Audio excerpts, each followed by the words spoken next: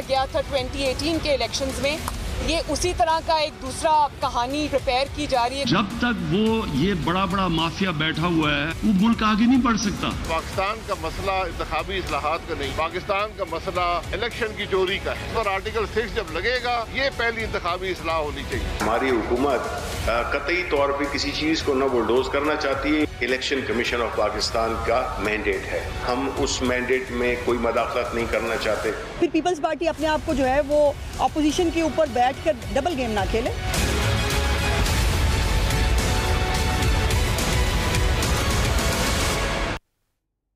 Welcome to Newsland. मैं हूं doctor Maria Zulfiqar Khan. Viewers, हुकूमत ईसीपी के मामले पर थोड़ा सा स्टेप बैक कर रही है, ताहम ईवीएम के मामले पर पीछे ना हटते हुए ईवीएम का मामला ईसीपी पर छोड़ रही है।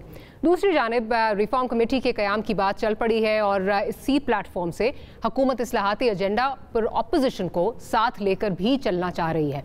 अभी कमेटी का बाकायदा क़याम नहीं हुआ है, लेकिन खदशा है कि इस मामले पर बात आगे ना बढ़ पाएगी। ये कमेटी हुकूमत के साथ आगे कैसे चल पाएगी, जबकि इब्तिदा में ही मौलाना पीएमएलएन से रूठ गए हैं और पीएमएलएन के अंदर इस्लाहात के मामले पर जो मौक़िफ़ शहबाज शरीफ का है वो बाकियों का नहीं लग रहा। अगर एक तरफ अपोजिशन आपस में ही मुत्तफिक नहीं है तो हुकूमत के साथ इत्तफाक कैसे होगा? ये वो मौजू है जो हम अपने प्रोग्राम के प्लेटफॉर्म से आज डिस्कस करेंगे। अली परवेज़ मलिक साहब हमारे साथ मौजूद हैं, पाकिस्तान मुस्लिम लीग नवाज से आपका ताल्लुक है। पेरामन तंगी साहब हमारे साथ मौजूद हैं, पाकिस्तान पीपल्स पार्टी से आपका ताल्लुक है। और कुछ ही देर में सदाकत अली अब्बासी भी हमें जो है वो ज्वाइन कर लेंगे। तो अली साहब से शुरू करती हूँ। अली साहब, अब ईवीएम पे जो ये पार्लिमानी कमेटी जो है वो बनाई गई है, इससे क्या एक्सपेक्ट किया जाए, कंसिडरिंग के मौलाना जो कि पीडीएम के सरबराह हैं, उन्होंने इब्तिदा में ही अपनी रिजर्वेशंस जो हैं वो सामने रख दी। उन्होंने कहा जी अगर आपने इस कमेटी का हिस्सा बनना था तो आपको हमें बताना चाहिए था, हमसे पीडीएम से जो है वो मुशावरत करके इजाज़त लेनी चाहिए थी।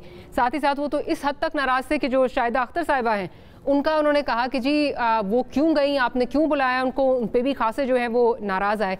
तो लग ये रहा है कि मौलाना और मरियम एक साइड पे हैं, क्योंकि लोग जो इस कमेटी में बैठे थे, राना तनवीर और बाकी लोग, वो शायद आप इससे इत्तेफाक ना करें, शहबाज कैंप से जो है वो उनका ताल्लुक तस्वुर किया जाता है। तो एक डिवाइड जो है वो बाकायदा नज़र आ रही है आपकी पार्टी के अंदर ही, और मौलाना is representing Mariam's point of view. तो ये किस तरह आगे चलेगी?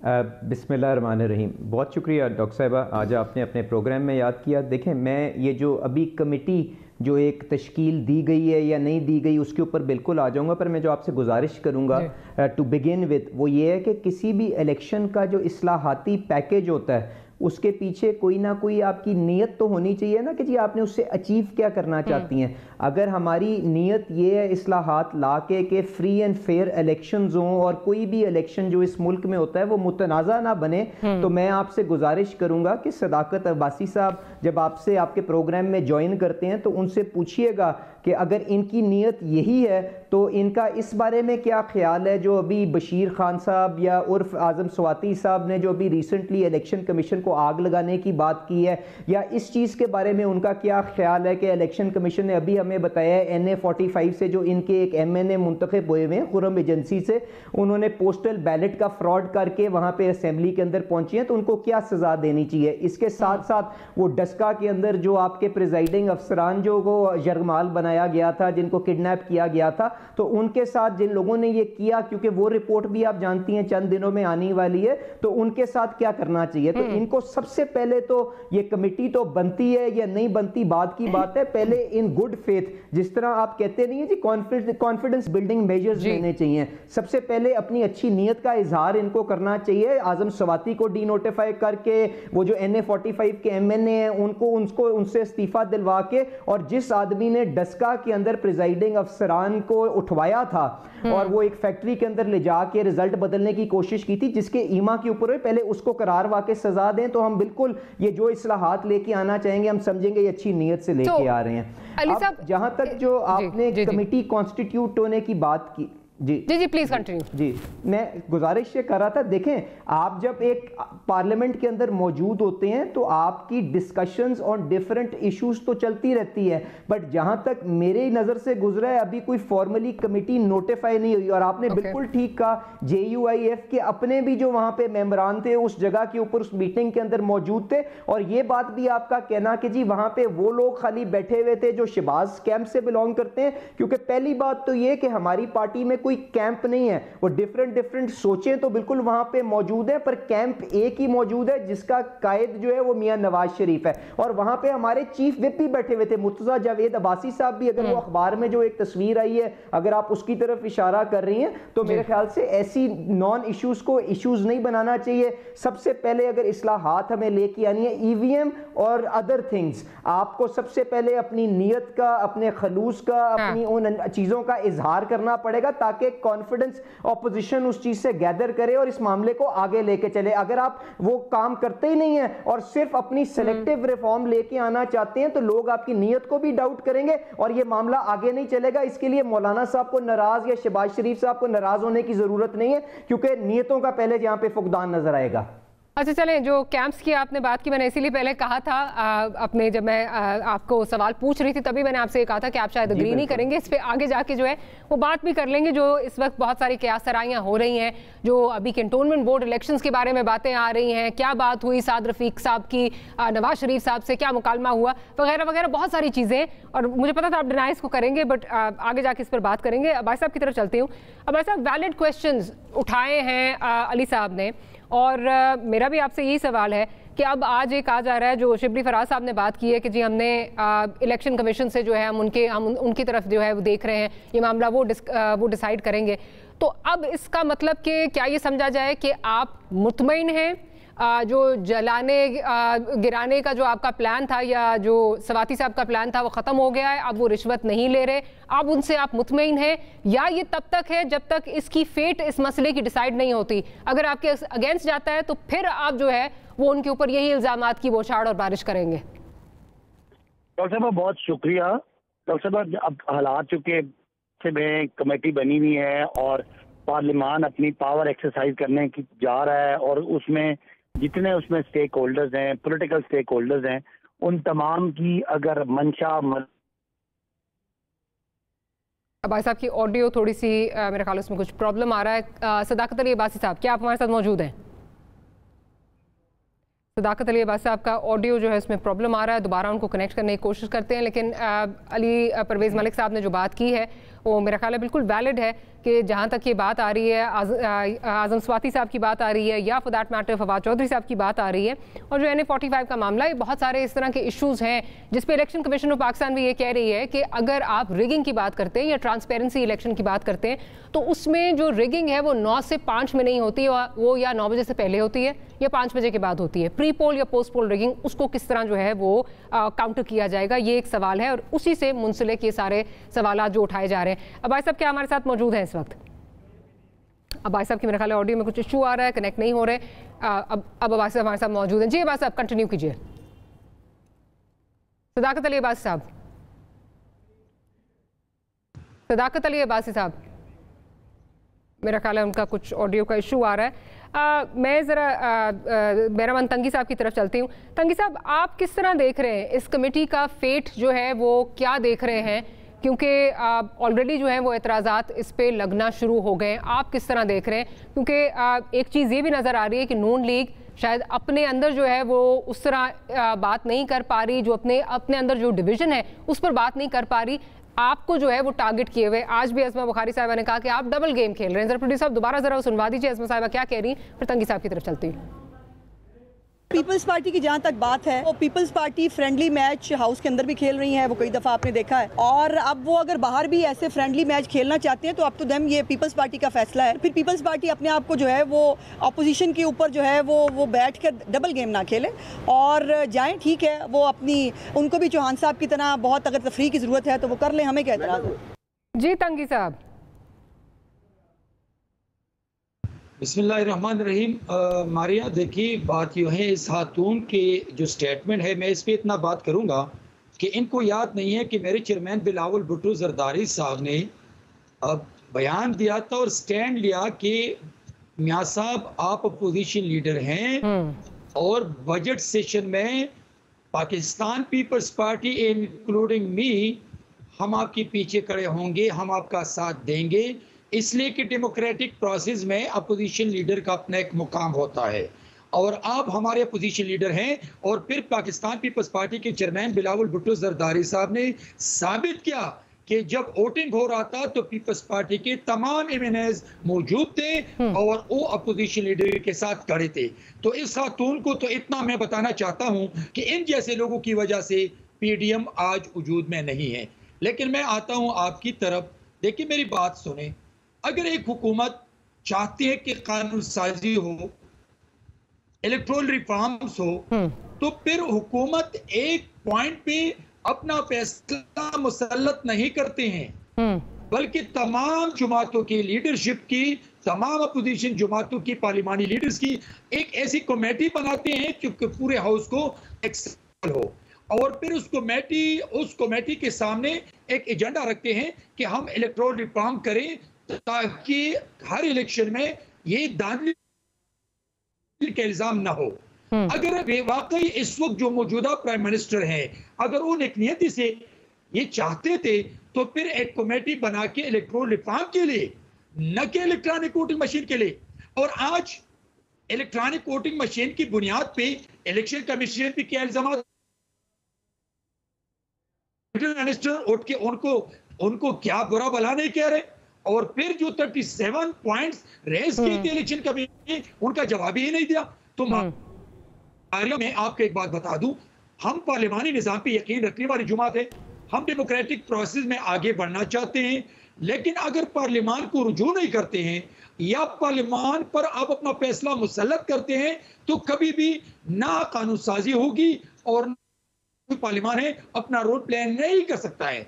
लेकिन जो सेलेक्टेड प्राइम मिनिस्टर है, जैसे मेरे भाई ने डस्का का जिक्र किया, जैसे मेरे भाई ने कोरमी जजी का जिक्र किया, जैसे मेरे भाई ने 2018 के इलेक्शन का जिक्र किया, तो मैं समझता हूं कि अगर इनको जल्दी नहीं है तो कमेटी कंस्टिट्यूट करें, उसमें फिर आए बैठे, आप अपोजिशन को फेस करें, अपोजिशन लीडर को उसका स्टेटस दें, इसलिए कि अगर आप चाहते हैं कि हम जमहूरियत पे यकीन रखते हैं, हम पार्लियामानी निजाम को आगे बढ़ाना चाहते हैं, तो फिर अपोजिशन आपका पॉइंट आ गया। ठीक है, भाई साहब की तरफ चलती हूँ। पॉइंट आपका आ गया, बहुत सारी चीजें अब भाई साहब के लिए जो है वो इकट्ठी हो गई। भाई साहब आपकी तरफ आती हूँ।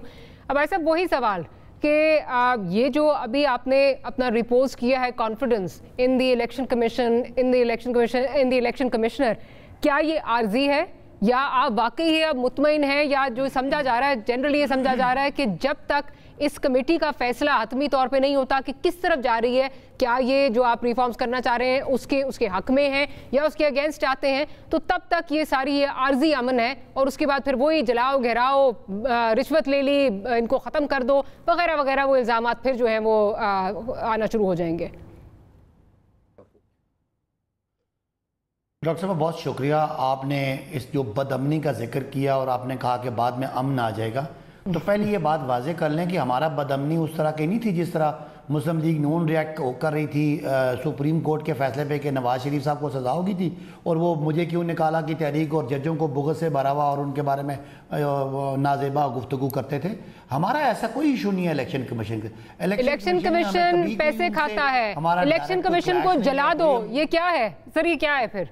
नहीं, जमहूरियत का बेड़ा गर्क किया है इलेक्शन कमीशन ने। पूरी करें तो मैं इस पे आ रहा हूं। जी आ जाए। ये हमारा सुने ना, मैं कहना क्या, इन तमाम बयानात के पीछे कोई हमारा इलेक्शन कमीशन का ऐसा फैसला नहीं है जिससे हमारी पार्टी को नुकसान हुआ हो और हम मुस्लिम लीग नून की तरह अपने लीडर को बचा रहे हों या पार्टी को बचा रहे हों या किसी की करप्शन बचा रहे हों या किसी का इलेक्शन बचा रहे हों। हम इलेक्शन जीते हुए हैं, स्टेबल गवर्नमेंट है और बड़ा स्मूथ सेलिंग कर रहे हैं। हम सिर्फ, हमारा झगड़ा क्या है, हमारा झगड़ा मैं दोबारा बता रहा हूँ किसी रिएक्शन में नहीं है। हम प्रोएक्टिव हैं 2023 के इलेक्शन को, ये जो चूं चूं हो रही है इसको बंद कराने में, ताकि हम इनको हराएं, इनको सियासी तौर पे जब मैदान पे लिटाएं तो ये आगे से बोल ना सके। अच्छा। हम ये चाह रहे हैं, लिहाजा हम एक तारीख में अपना मकाम एक और अपना लिखवाना चाह रहे हैं कि पहली दफ़ा किसी पॉलिटिकल पार्टी ने जिसका अगला इलेक्शन उसको जीता हुआ नजर आ रहा है, जिसके बजाय लोग कहते हैं कि सारी हवाएं और सारे हालात एक तरफ हैं, उन्हें क्या जरूरत पड़ी है इलेक्टोरल रिफॉर्म करने की। लेकिन जिस तरह इमरान खान मशहूर हैं न्यूट्रल अंपायरिंग लाने में वर्ल्ड क्रिकेट में, उसी तरह पाकिस्तान का जो बोसीदा निज़ाम है, जिसको ये सारे कहते हैं कि हम ये धांधली होती रही है। हैरत की बात है, धांधली का फायदा किसने उठाया जी? मुस्लिम लीग नून ने। और किसने फायदा उठाया? पीपल्स पार्टी ने। आज ये धांधली भी कर रहे हैं, किसी जगह पे बैठने के लिए तैयार नहीं थे, कहते हैं हम इनके साथ नहीं बैठेंगे, हम ये सिलेक्टेड गवर्नमेंट है और जिनके साथ ये बैठना चाहते हैं इनको पता कि हालात बदल गए, आप कोई नहीं आपके साथ बैठेगा। तो ये सारी बातों का एंड ये है डॉक्टर साहिबा। अच्छा, तो भाई साहब अगर मुझे फिर एक चीज का जवाब दे दीजिए, इलेक्शन कमीशन से जो चले आप मैं बयानात को जो मिनिस्टर्स हैं उनके साइड मैं साइड पे रख देती हूँ, चलो मैं साइड पे रख देती हूँ। आप हम समझते हैं जी जी, मैं सिर्फ जवाब दे दूं ना।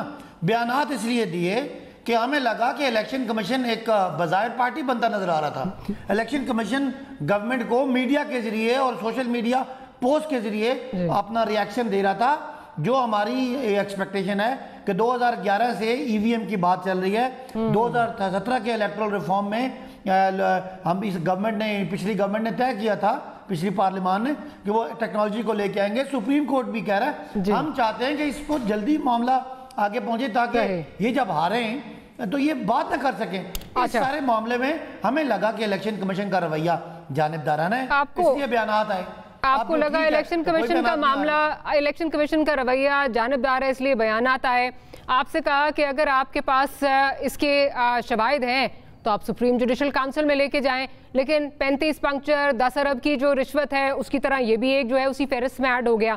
फिर फरवरी तक यही इलेक्शन कमिश्नर जो हैं वो बहुत अच्छे थे, इनकी तारीफें कर रहे थे खान साहब, प्राइम मिनिस्टर साहब।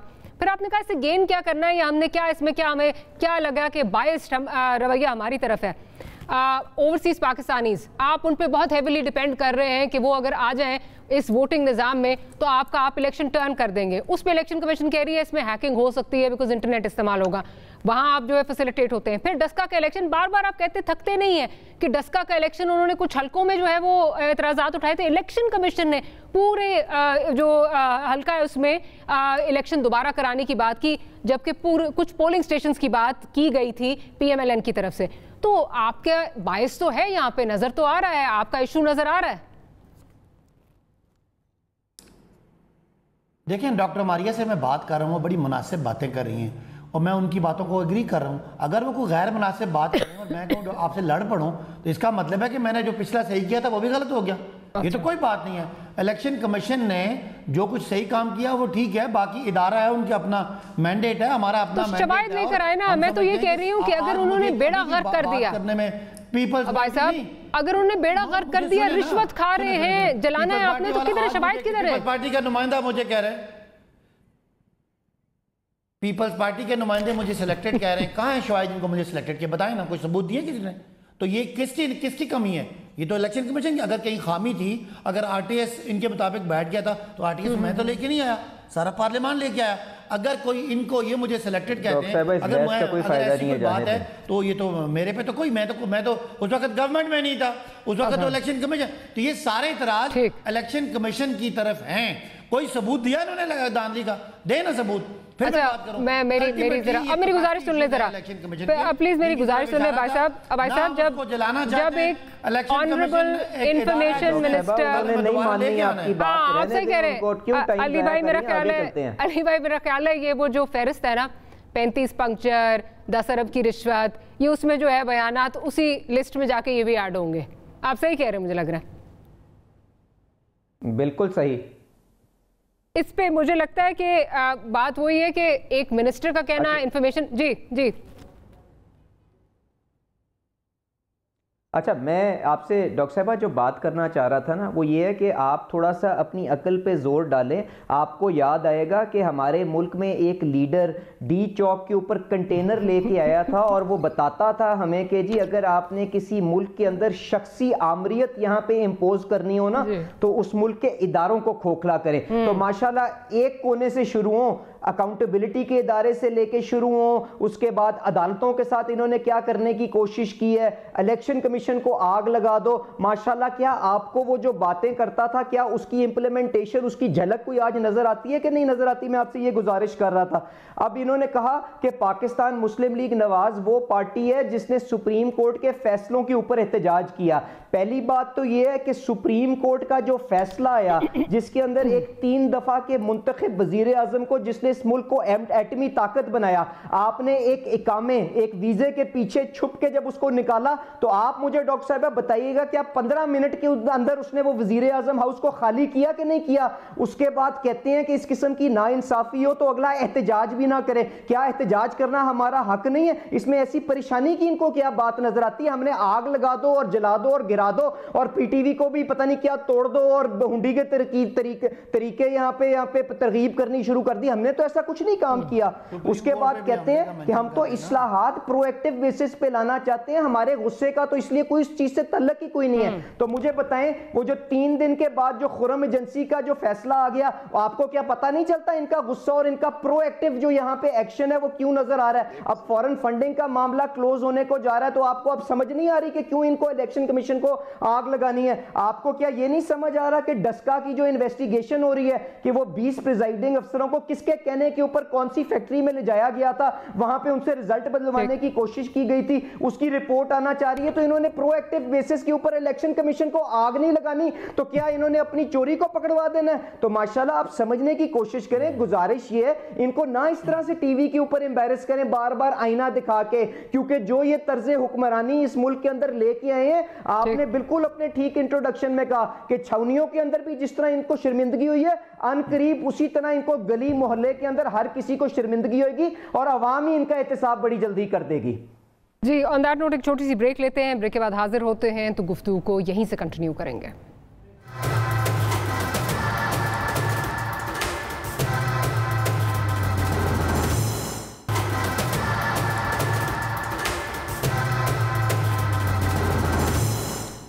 Welcome back after the break. Electoral reforms की बात हो रही है, तो इस पर PMLN के अंदर से क्या आवाज़ें उठ रही हैं? बिलखुसूस शाहिद खाकान अब्बासी साहब क्या कह रहे हैं, ज़रा वो सुनते हैं, फिर तंगी साहब की तरफ जाऊंगी। पाकिस्तान का मसला इंतखाबी इस्लाहात का नहीं, पाकिस्तान का मसला इलेक्शन की चोरी का है। आइन में लिखे जो आदमी इलेक्शन के मामले में मुदाखलत करेगा उस पर आर्टिकल 6 का निफाज, किसी शख्स को, किसी इदारे को इख्तियार नहीं है कि वो उसमें मुदाखलत कर सके, उस हक से पाकिस्तान के शहरियों को महरूम कर सके और उनकी राय को बदल सके। इस पर आर्टिकल 6 जब लगेगा, ये पहली इंतखाबी इस्लाह होनी चाहिए। तंगी साहब, आप किस हद तक इस बात से मुत्तफिक हैं? क्योंकि ये बात बहरहाल अपनी तरफ जो है वो आपको मरकूज़ करती है कि अगर ये आ भी जाए, इलेक्टोरल वोटिंग आ भी जाए, जैसे ECP कह रही है, मैं पहले भी कहा कि 9 बजे से पहले या 5 बजे के बाद ये जो रिगिंग का प्रोसेस है वहाँ से होता है, तो अगर ये कर भी लिया जाए तो क्या होगा? कुछ ना कुछ जो है वो मामला नए तरीके से कोई रिगिंग का जो है वो मसला निकल आएगा बकौल ECP के। और जो अब्बासी आप कह रहे हैं, आप किस हद तक उनसे मुत्तफिक हैं? मारिया, मुझसे सवाल है आपकी। जी तंगी साहब। देखिए मारिया, मैं आपको एक बात बता रहा हूँ, ये डिस्प्यूटेड, इस वक्त ये जो इशू है ये डिस्प्यूटेड है। इस पे इलेक्शन कमीशन की भी क्वेश्चंस रेस हो चुके हैं, इस पे तमाम अपोजिशन जमाती भी मुखालिफत कर रही हैं। तो अगर हम मेहनत भी करते हैं, अगर हम चाहते हैं, जैसे मेरे PTI के जो दोस्त है, अल्लाह माफ़ करे, ये हर चीज़ को जस्टिफाई करने की नाकाम कोशिश करते हैं, लेकिन अगर ये चाहते हैं, इनके लीडर चाहते हैं कि ट्रांसपेरेंसी हो और शफाफ इलेक्शन हो इस मुल्क में, तो फिर ज़रूरत क्या है कि आप अपने फैसले मुसल्लत करें। मैं एक दफ़ा फिर आपको ये बताना चाहता हूँ कि ये जो इलेक्ट्रॉनिक वोटिंग मशीन का इशू है, इज्जत, अना और हटदर्मी से बाहर निकले, कमेटी कंस्टिट्यूट करे इलेक्टोरल रिफॉर्म्स के लिए, एक रिफॉर्म ले आए ताकि तमाम लोग बैठ के 18 अमेंडमेंट की तरह, 1973 कॉन्स्टिट्यूशन की तरह। तो तंगी साहब, वो कमेटी की तो बात कर रहे हैं ना, वो तो कर रहे हैं, कमेटी की बात तो कर रहे हैं, कॉन्स्टिट्यूट करने की बात तो हो रही है। देखिए मारिया, कमेटी की बात तो कर रहे हैं, लेकिन साथ साथ इलेक्ट्रॉनिक वोटिंग मशीन की बात कर रहे हैं कि अगर ऐसा नहीं हुआ तो फिर ऑर्डिनेंस के जरिए, अगर ऐसा नहीं हुआ तो फिर जॉइंट सेशन के जरिए। इन फैसलों को मसलत न करे। डेमोक्रेटिक प्रोसेस में पार्लियामान मौजूद है, पार्लियामान को रुजू करें, अब कमेटी बनाए, कमेटी में बैठे, 5 महीने नहीं 1 साल लगा दे, लेकिन ऐसा कानून ले दे ताकि बेशक्ल लोग आपको याद करें, जैसे शहीद भुट्टो को या जनाब आसिफ अली जरदारी को लोग याद करते हैं। मैं समझता हूं कि अगर नियति हो, अगर नियत साफ हो, लेकिन जल्दी किस चीज की है? जल्दी इसीलिए इसको ले आए ताकि हम फिर 25 जुलाई 2018 की उस रात को दोबारा या 10 के वाले इलेक्शन को दोबारा उसको रिपीट करें। और आज मैं आपको बता दूं कि उस दिन से डरो कि जब पीटीआई का एमपीए या कैंडिडेट पाकिस्तान के अवाम के अंदर जाके कैंपेन की कोशिश करे और उनका मुंह काला करे, उनको तपड़ों से, उनके टमाटरों से इस्तेमाल करे। आज हुकूमत में देख रहे हैं, आप हुकूमत में इस वक्त वज़रा को देख रहे हैं कि लोग अभी मजीद उनको चाहते नहीं है, उनको देखना गवारा नहीं करते। चलिए, ये तो आने वाला इलेक्शन बताएगा ना तंजीम साहब, इस पे स्वीपिंग स्टेटमेंट मेरे ख्याल नहीं देते। आरटीएस और आरएमएस पे ऑलरेडी नादरा और ईसीपी जो है वो काम कर रहे हैं। अब भाई साहब की तरफ जाती हूँ। भाई साहब, आई थिंक आप कुछ रिस्पॉन्ड करना चाहते हैं, फिर मैं अपने सवाल की तरफ आती हूँ। जी, पहले तो ये पीपल्स पार्टी के हमारे भाई कोई कह रहे हैं कि जी वोटर थप्पड़ मारेंगे, ये पता नहीं किस जाहिल ज़माने की बातें कर रहे हैं। हम सारा वक्त अपने वोटर्स के साथ होते हैं और इन्होंने कहे मंगल को मेरा यहाँ पब्लिक डे होता है, 1000 बंदा मेरे हल्के से आता है। आप आके देख लें, पीपल्स पार्टी ने आखिरी इलेक्शन में 300 वोट लिया था, जहाँ नून और पीटीआई ने कुछ 70-70 हज़ार वोट लिया था। तो अपने हिसाब से बात करें आप, ये थप्पड़ शपड़ों वाली बातें मुनासिब नहीं है। हम जमहूरी जमात हैं और आप भी जमहूरी जमात थे एक ज़माने में, अब आप वापस सिर्फ सिंध के रूरल एरिया तक रह गए। अपनी बारी पे बोले ना बात, अपने मैंने आपकी सुनी है, लिहाजा इस तरह की बातें ना करें। ये ऐसी दीवाने का ख्वाब है कि कोई पीपल्स पार्टी का कोई वोट बैंक रह गया। अभी कंटोनमेंट के इलेक्शन हुआ, आप नजर के नहीं आए पंजाब में या केपी में। तो कंटोनमेंट की भी जो आप बात कर रहे हैं अली परवेज साहब, कंटोनमेंट में सबसे ज़्यादा उम्मीदवार पीटीआई के, सबसे ज़्यादा जीत पीटीआई की, चारों सूबों में पीटीआई की प्रेजेंस मौजूद है। ठीक है, पंजाब के कुछ हलकों में जैसे पिंडी में हम हार गए, मुल्तान में हम हार गए, पहले से कम वोट पड़ा, और गुजरांवाला में पहले ज़्यादा वोट पड़ा। एडजस्टमेंट है, कुछ हमें अपनी चीज़ों को भी ठीक करना है, लेकिन इस तरह की कोई बात नहीं है कि आपने कोई लैंड। लेकिन इसी बहाने कम अज़ कम एक अच्छी बात तो होगी कि आपको इलेक्शन कमीशन से प्यार हो गया, वरना जब आप हारते थे तो कहते हैं कि जी धांधली हुई।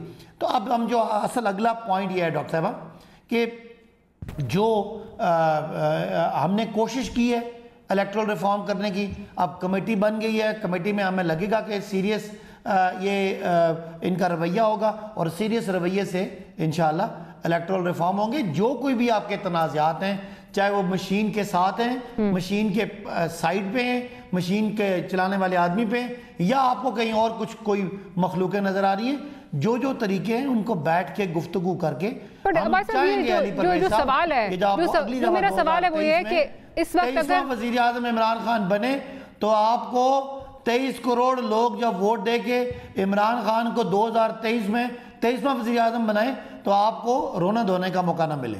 अच्छा, मुझे ये बता दीजिए कि अगर इस मामले पे कमेटी से कुछ नहीं निकलता तो फिर क्या आप जॉइंट सेशन की तरफ जा रहे हैं या आप ऑर्डिनेंस की तरफ जा रहे हैं? क्या आपने सोचा है?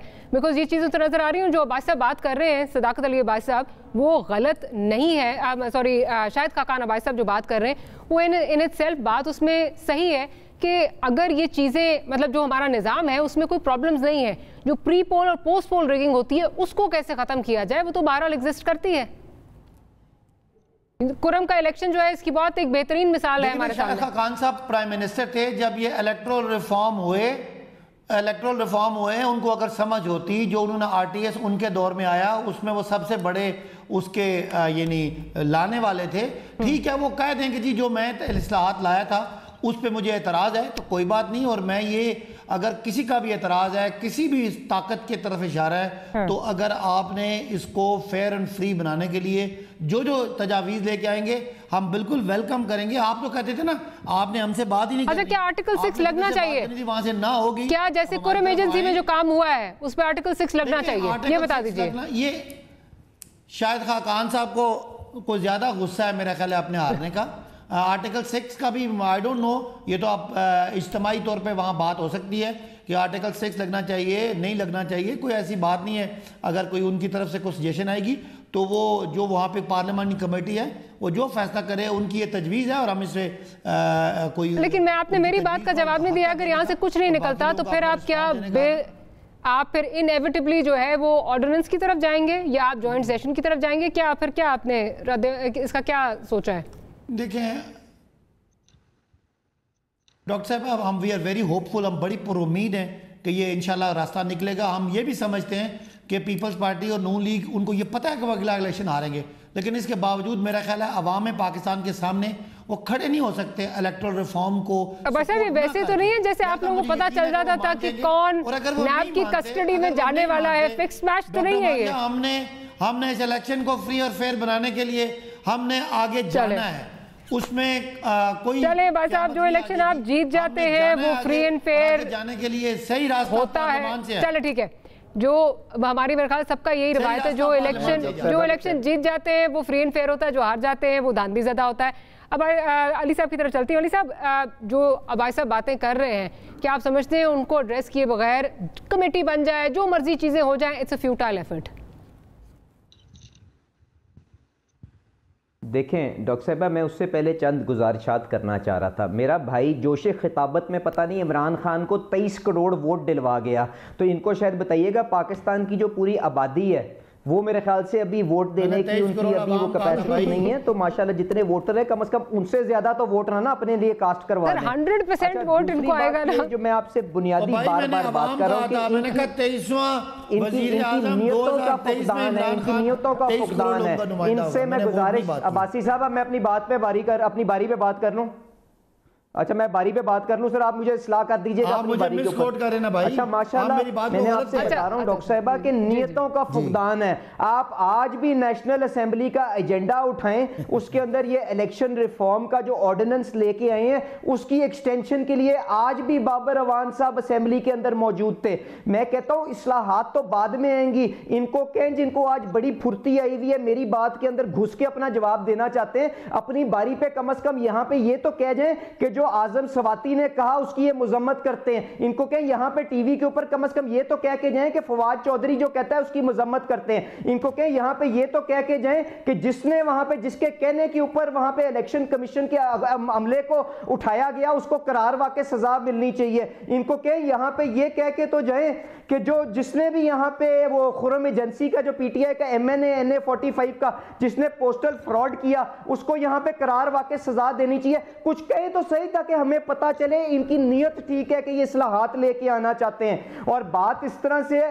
कि शाहिद खाकान अब्बासी साहब ने बात की, वो मैंने आपसे पहले सेगमेंट में भी की, जो अवाम का मैंडेट चोरी करता है, जो उस चोरी के अंदर उसका अबेटर बनता है, क्या डॉक्टर साहिबा आप मुझे बताएं उसको करार वाक़ई सजा मिलनी चाहिए कि नहीं मिलनी चाहिए? अगर आप ये करार वाक़ई सजा नहीं देंगे तो क्या ये सिलसिला रुकेगा कि नहीं रुकेगा? या इसी तरह जो हमारे पे RTS को फेल करके PTI जैसे हुक्मरान हमारे पे मुसल्लत किए जाएंगे? तो इसमें शाहिद खाकान अब्बासी साहब ने क्या ऐसा गलत कह दिया? मेरे ख्याल से ये लोगों की दिल की आवाज है, क्योंकि हमने देख ली है कि जब इस किस्म के हुक्मरान मुसल्लत होते हैं तो उसके बाद जो माशी तकलीफ आती है वो आपके सामने है। दूध, वो चीनी की चोरी, आटे की चोरी, दवाइयों की चोरी, क्या कुछ नहीं हुआ? जो एक इस्लाहात और ये बताते थे अपनी अचीवमेंट के करंट अकाउंट डेफिसिट हमने खत्म कर दिया, इनसे कहें कि पिछले 3 महीने के अंदर क्या $400 करोड़ का खसारा हुआ है कि नहीं हुआ? उसको पूरे साल के ऊपर कैलकुलेट कर ले, 16-17 बिलियन डॉलर का आपका पॉइंट आ गया। I have to take a short break, खड़े होने को तैयार नहीं है, तो एक छोटी सी ब्रेक लेनी है, ठीक करें। ब्रेक के बाद गुफ्तगू को यहीं से कंटिन्यू करते हैं। Will be right back.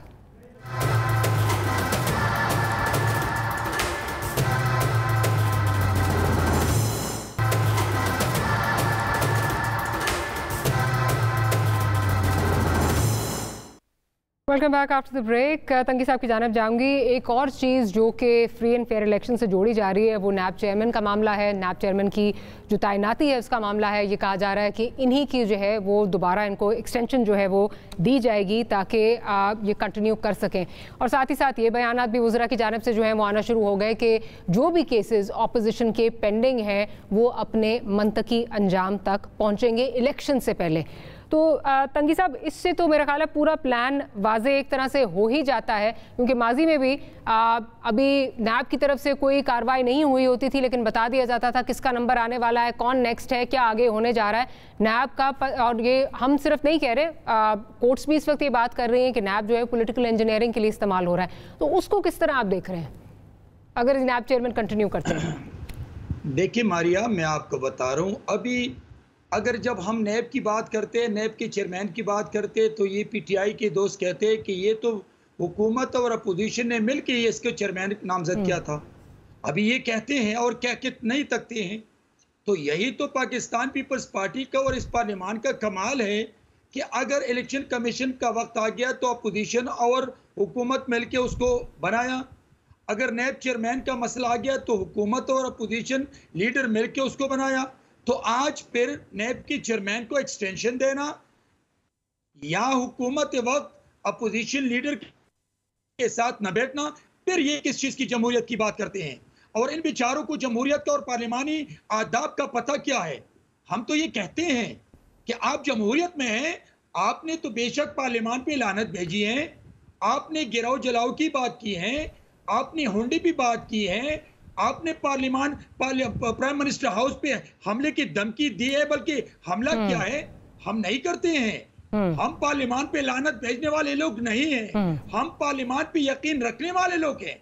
और हम समझते हैं कि आज अपोजिशन लीडर भी हैं, हुकूमत भी है, फिर नैब के चेयरमैन को एक्सटेंशन देना, ये घर की लुंडी बनाना चाहते हैं क्या? ये इससे पहले ये प्रैक्टिस नहीं हो चुका है? हम समझते हैं कि ये मौजूदा जो कठपुतली प्राइम मिनिस्टर है, उनको पता ही नहीं है कि मैं क्या कर रहा हूं, उनको पता ही नहीं है। लेकिन आज तक उसने चाहे जो भी इंपॉर्टेंट इशू हो, चाहे वो तहरीक बैक का इशू था, चाहे वो कोरोना का इशू था, कश्मीर का इशू था, जब भी कमेटी बनी है ये आके अपनी तकरीर करके भाग गए हैं। ठीक पॉइंट आपका आ गया। अपोजिशन को पैसे नहीं कर सकते हैं।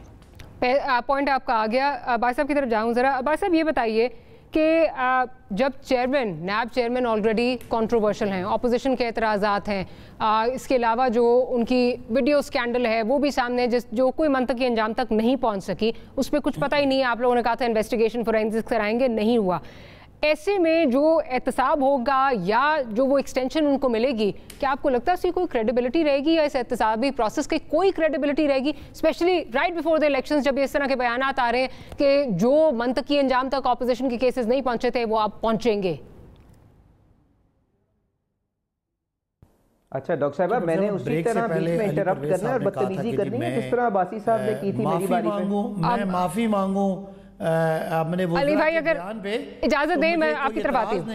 जी जी। अगर अली पर चले आपने कहा तो माफ कर दिया जी, मांगे कि पहली दफा मैं देख रहा हूँ कि पाकिस्तान तहरीक इंसाफ में कोई मुहज़्ज़ब आदमी है जो माफी अपनी गलती पे मांग रहा है। उसके बाद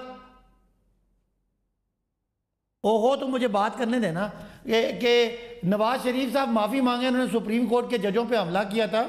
नवाज शरीफ माफ़ी मांगे कि उन्होंने कहा था कि ये जो सुप्रीम कोर्ट में बैठे हैं ये बुग़्ज़ से भरे हैं, ये पता नहीं क्या क्या है। आप माफ़ी मांगे तलाल चौधरी जिनके बारे में क्या कहा था, आप माफ़ी मांगे कि निहाल हाशमी ने कहा था इनकी बच्चों पे ज़मीन तंग कर देंगे, आप माफ़ी मांगे कि शहबाज शरीफ ने कुछ जजेस को फ़ोन करके कहा था कि ये फैसले करें।